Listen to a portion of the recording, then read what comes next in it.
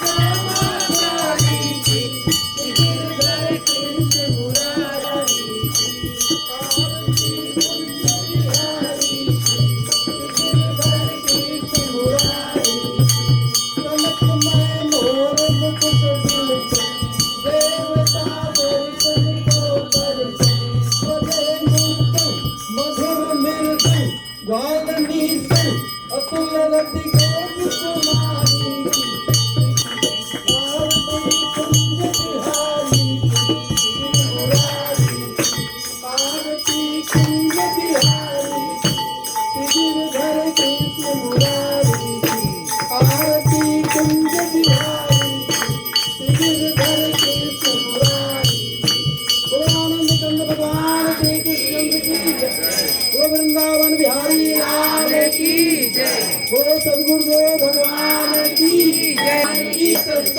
हर हर महादेव, हर हर महादेव, हर हर महादेव। भगवान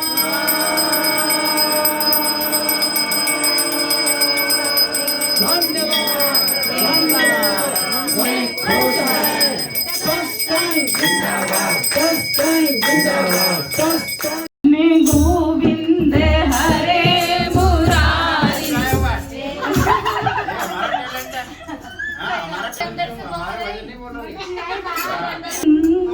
हम तुम्हारे हैं, तुम्हारे माधव।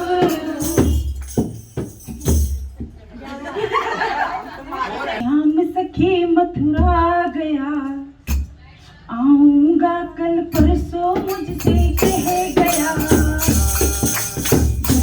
मेरा श्याम सखी मथुरा गया, आऊंगा कल परसों मुझसे कह गया। ये कह गया, ये कह गया, ये कह गया मेरा श्याम। जब से मेरा श्याम सखी मथुरा गया, आऊंगा कल परसों मुझसे कह गया। ये कह गया, ये कह गया, ये कह गया मेरा श्याम। जब से मेरा श्याम सखी मथुरा गया, आऊंगा कल परसों मुझसे कह गया। ना एक पल मुझको चैन है, ना एक पल भी आराम है। जाकर कोई दे आओ राधा का पैगाम है। ना एक पल मुझको चैन है, ना एक पल भी आराम है। जाकर कोई दे आओ राधा का पैगाम है। श्याम भी मेरा ये हाल है बुरा, कैसे कहूँ है मुश्किल बड़ा। ये कह गया, ये कह गया, ये कह गया मेरा श्याम। जब से मेरा श्याम सखी मथुरा गया, आऊंगा कल परसों मुझसे कह गया।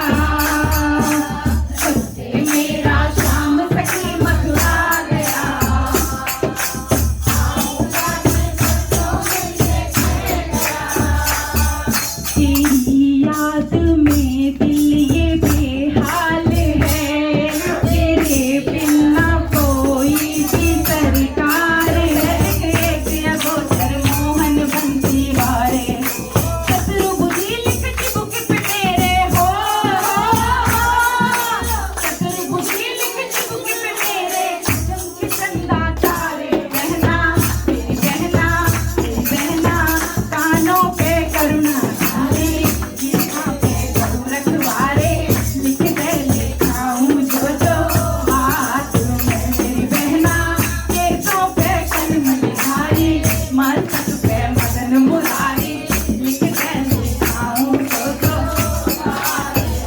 वतन पे नाम लिखो चितला के मन में अपने तू अति हर्षा के लिखियो मन लगन लगा के लिख के लिखाऊं जो हाथ में भजन पे भूदर भूर भूर लिख बहियन पे बनवारी हो प्रीतम प्यारा लिख पहुँचन पे पुलकित हो मन भारी हो प्रीतम प्यारा लिख पहुँचन पे पुलकित हो मन भारी भजन पे भूदर भूर भूर लिख बहियन पे बनवारी हो प्रीतम प्यारा लिख पहुँचन पे पुलकित नंद नदन लिख नखों पे मेरे हो नंद नदन लिख नखों पे मेरे छाती पे खलियारी बहना मेरी बहना नाभि पे लिख नागर कट पे लिख करुणा सागर लिख दे लिखाऊं जो बात है मेरी बहना पेटों पे कलियारी माथा पे मगन मुरारी लिख दे लिखाऊं जो वतन पे नाम लिखो चितला के मन में अपने तू हर्षा के लिखियो मन लगन लगा के लिख दे लिखाऊं जो बात में जहाँ पे लिख जीवन गाता पार लगावे नैया हो घुटुओं पे घनश्याम घनेरे पोती रात रसिया हो घुटुओं पे घनश्याम घनेरे जामों पे लिख जीवन दाता पार लगावे नैया हो घुटुओं पे घनश्याम घनेरे गोपी हो घुटुओं पे घनश्याम घनेरे गोपी रात रसैया प्रेम पुजारी लिख पिंडली पे बलगाऊं को भैया बहना तेरी बहना पंजू पे लिखियो दारी मोहन की राधा प्यारी लिख दे लिखाऊं जो बात मेरी बहना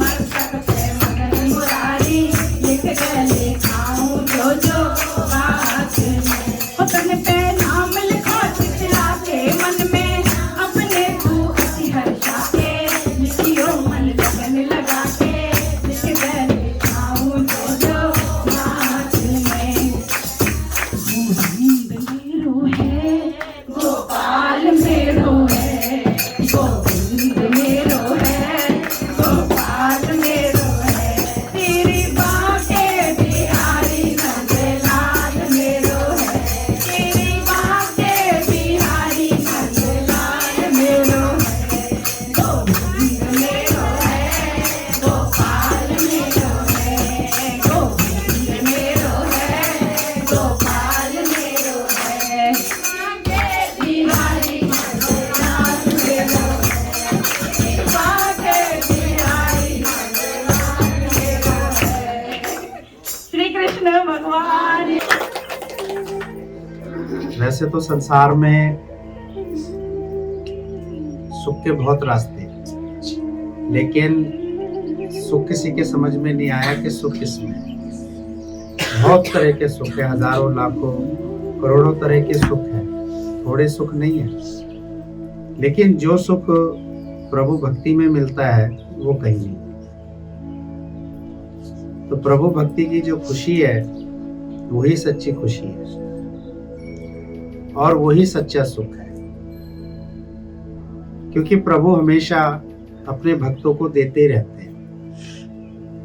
वो खुशियां देते हैं अपने भक्तों को, और भक्ति भी हर कोई नहीं कर पाता। इसलिए कहा है कि भक्ति करे कोई सूरमा जो जाति कुल वर्ण सब भूल जाए और भक्ति में लग जाए।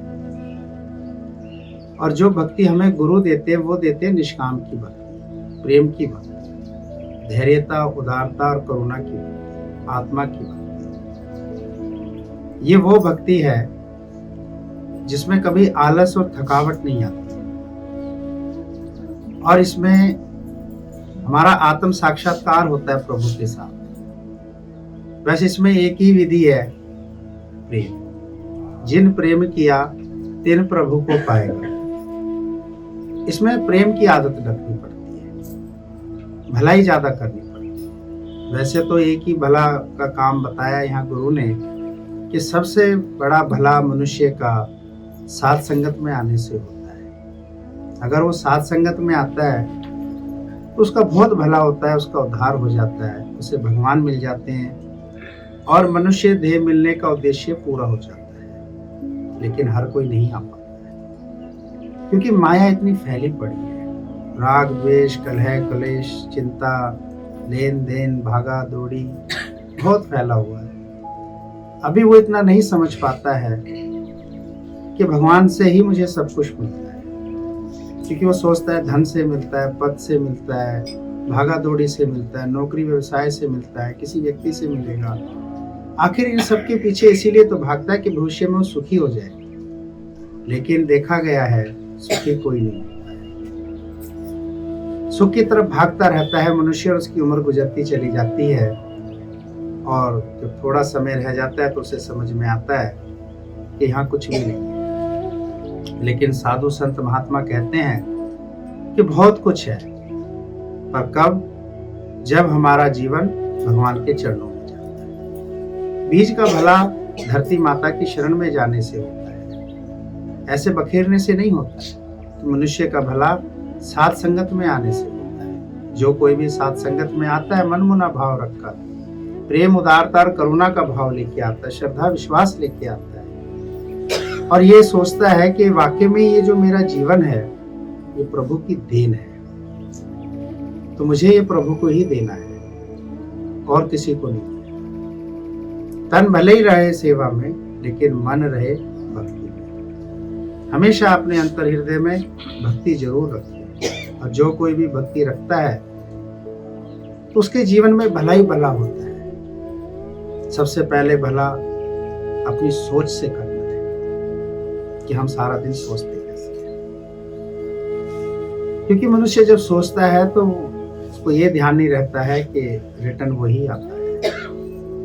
हम जैसा भी सोचते हैं हम अपने भविष्य को रचते रहते हैं। साधु संत महात्माओं ने ये कहा है कि मनुष्य अपने भविष्य का निर्माण करता स्वयं, बल्कि उसमें तो भलाई परमात्मा भरते हैं। जैसे कोई बालक अपनी ड्राइंग बना के लाके टीचर के आगे रखता है तो टीचर उसमें कुछ ठीक कर देते हैं। ऐसे हम अपने भविष्य के निर्माण करता स्वयं हैं। जब भगवान हमारे उस भविष्य को देखता है तो उसमें कुछ खुशियां सुख भरता है। हमने जितनी जगह खाली छोड़ी और वो अपनी तरफ से पूरी कोशिश करता है कि मैं इसमें और सुख भर दूं और खुशी।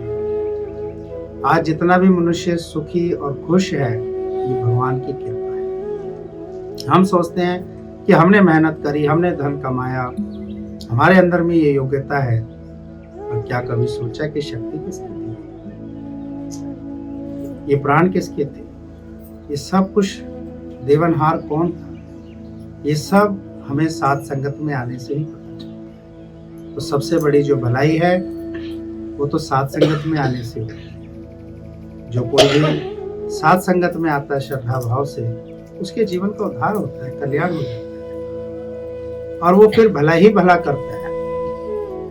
संसार में देखिए भले का मतलब है कुछ दान पुण्य करना, धन खर्च करना, कोई लंगर लगाना, कोई वस्त्र इत्यादियों को बांटना, लेकिन ये सबके लिए पॉसिबल नहीं हो पाता। हर एक के पास ना इतना समय है, ना सेहत है, ना धन है, ना वो इतनी भागा दौड़ी कर सकता है। तो गुरुजन कहते हैं कि हम अपने सोच विचार से भला कर सकते हैं, क्योंकि सोच विचार की शक्ति मनुष्य के अंदर हमेशा रहती है और हम जैसा जैसा सोचते हैं अपने बालक बच्चे, घर गृहस्थी, आस पड़ोस, देश, प्रकृति के लिए, तो वैसा वैसा ही वो हमारे लिए वापस होता है। अच्छा सोचते हैं तो अनुकूल हो रहा है और बुरा सोचते हैं तो प्रतिकूल हो रहा है। ऐसे नहीं कि कोई हमारे काम नहीं आया या हमारे हिसाब से नहीं चला तो हम उसके लिए बुरा सोचने लग जाए। भगवान की तरफ देखिए, कोई सारा दिन उसे कोई अच्छा भी नहीं बोलता है, उसको बुरा बोलने वाले भी बहुत हैं। जब प्रभु श्री राम आए, भगवान कृष्ण आए, जीसस आए, तो उनको भी अच्छे बोलने वाले ज्यादा नहीं थे, बहुत कम। लेकिन उन्होंने हमेशा सबके लिए अच्छे ही करा, उन्होंने किसी के लिए बुरा नहीं करा। तो इसलिए मनुष्य को जो सबसे बड़ी भलाई करनी है वो अपनी सोच विचार से करे कि मेरे अंदर सारा दिन कौन से सोच विचार चलते, कौन सी इच्छाएं और चाहनाएं चलती, किस तरफ मेरी भागा दौड़ी चलती है विचार। देखिए, इतने बड़े गली मोहल्ले में कुछ ही जनों को लगता है उठते के साथ ही मुझे सत्संग जाना है। हर एक के अंतर में ये विचार नहीं आता है, सब कुछ और ख्यालात सोचने लगते हैं और तरह तरह की बातें शुरू करते हैं। तो सबसे पहले अपने विचार से सोचे कि हम क्या सोचते हैं। उसके बाद जो दूसरी भलाई होती है वो होती है दृष्टि से, कि हमारी जो दृष्टि है वो कैसी है, हम किसी को भी किस तरीके से, कहते हैं ना, जैसी दृष्टि वैसी सृष्टि,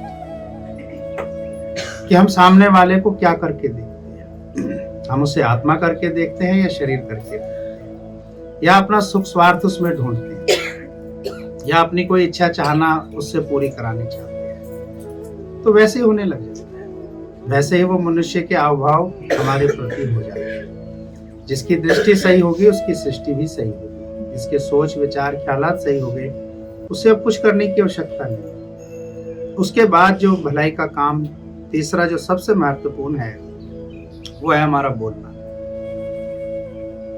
कि हम बोलते कैसे, यानी हमारी जो वाणी है वो कैसे। सुबह से शाम तक मनुष्य हजारों लाखों बार बोलता है, लेकिन उसमें से मैंने अच्छा कितना बोला, ये महत्वपूर्ण होता है।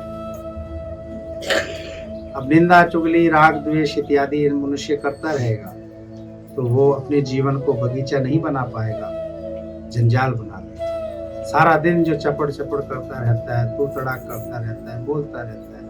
अभी जैसे बहन का प्रश्न था कि ये सब हमारे कर्म बनते हैं, मन, वचन, वाणी, दृष्टि, हमारे सोचने विचार, ख्यालातों के ख्यालात जो है ये सब हमारे आने वाले जन्मों को तैयार कर देते हैं कि कैसे कैसे हमारे कर्म बन जाते हैं। कितने शब्द हैं जो हमने बेतुके होकर बोल दिए, बेवजह होकर बोल दिए, या अपनी तारीफ के लिए बोल दिए, या अपनी अच्छाई के लिए बोल दिए।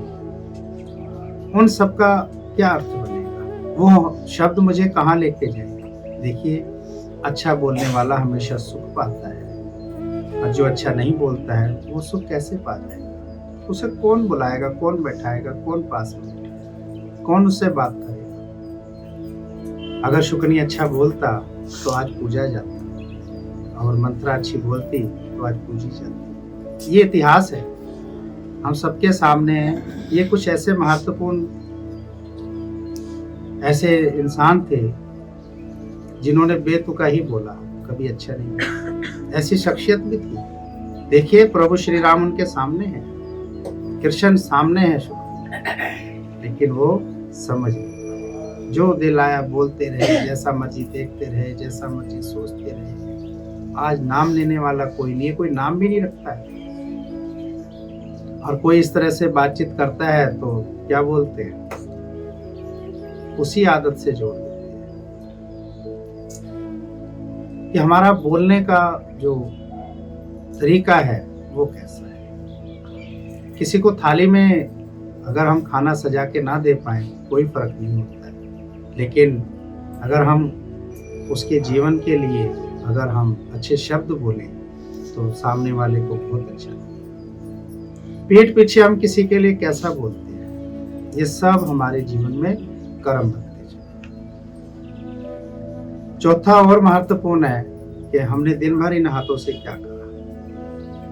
हमने रोटियां बनाई या धन कमाया, कुछ भी करा, उसमें से बांटा कितना। प्रकृति का नियम है, जो देते हैं सो पाते। हमने जीव जंतुओं को कितना दिया, किसी सतमार्ग पे चलते हुए इंसान को हमने कितना दिया, किसी आस पड़ोस की सेवा में हमने कितना दिया। कम नहीं पड़ता, बहुत मिलता है, लेकिन भाव, श्रद्धा और प्रेम कि हमने सुबह से शाम तक इन हाथों से बहुत धन भी कमाया है, घर गृहस्थी के भी काम करे, अपने शरीर की भी सेवा करे, घर गृहस्थी की भी सेवा करे, लेकिन समाज के हिस्से को मनुष्य छोड़ देता है। तो समाज में ये कार्य नहीं कर पाता। ये जीव जंतु हैं तो भगवान पर ही आश्रित, लेकिन हम मनुष्य को वो भगवान से कम करके भी नहीं देखते हैं। वो आस लगाए रहते हैं कि कोई इंसान आएगा और वो हमें भी कुछ खाने पीने के लिए देगा। उसके बाद जो और महत्वपूर्ण कार्य है वो है हमारे पैर, कि हम इन पैरों से कौन से रास्ते पर चलते हैं। अभी जितने पग चलकर हम सत्संग आए उतने यज्ञ हो गए, उतने यज्ञ हो गए, यानी हमने अपने जीवन का भला किया, उद्धार किया, कल्याण किया। और यही पैर कलह कलेशों में जाते हैं, लड़ाई झगड़ों में जाते हैं, तो हम अपना भला नहीं कर पाते, हम अपने लिए नरक तैयार करते हैं। भलाई के तो कार्य और भी बहुत है, लेकिन जो महत्वपूर्ण है वो यही है। अगर मनुष्य इन पर निगरानी रखे, चौकसी रखे, तो अपने जीवन को स्वर्ण बना सकता है। इसके लिए कोई अत्यधिक धन की आवश्यकता नहीं पड़ी, ना कोई भागा दौड़ी की आवश्यकता पड़ी, और जीवन इसमें कितना महान बन जाता है, सोच के देखिए। अगर जो कोई भी इन सब विधियों को करता है तो उसका जीवन एक भक्त की तरह हो जाता है।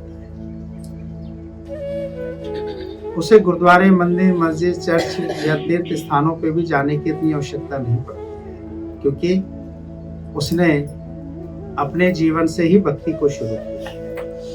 लेकिन ये सब इतनी जल्दी नहीं हो पाता है, इसलिए इसको हम भगवान की भक्ति से शुरू करते हैं, यानी पूजा पाठ नियम व्रत तीर्थ स्थानों पर, गुरुद्वारे, मंदिर, मस्जिद, चर्चों में जाकर करते हैं। जिस प्रकार एक बच्चा स्कूल की शुरुआत प्ले से करता है, उसी प्रकार भक्त की शुरुआत अपने रीति रिवाज और धर्म से शुरू होती है। आज गुरु जो ये सब कार्य करा रहे हैं वो इसीलिए करा रहे हैं कि आदतों में आना शुरू हो जाए, व्यवहार में आना शुरू हो जाए। जैसे बहन ममता ने अपना विवरण सुनाया तो ये भक्ति में जुड़ गया, क्योंकि उन्होंने सारी बातें भगवान के प्रति करी, प्रेम के प्रति करी, भावना के प्रति करी, श्रद्धा भाव के प्रति करी, तो इनके खाते में ये भक्ति लिखी गई। क्योंकि परमपिता परमेश्वर साथ संगत में ही बैठे रहते हैं और वो देखते रहते हैं कौन यहाँ पर क्या करता है। बाकी उसके पार्षद दुनिया में घूमते हैं,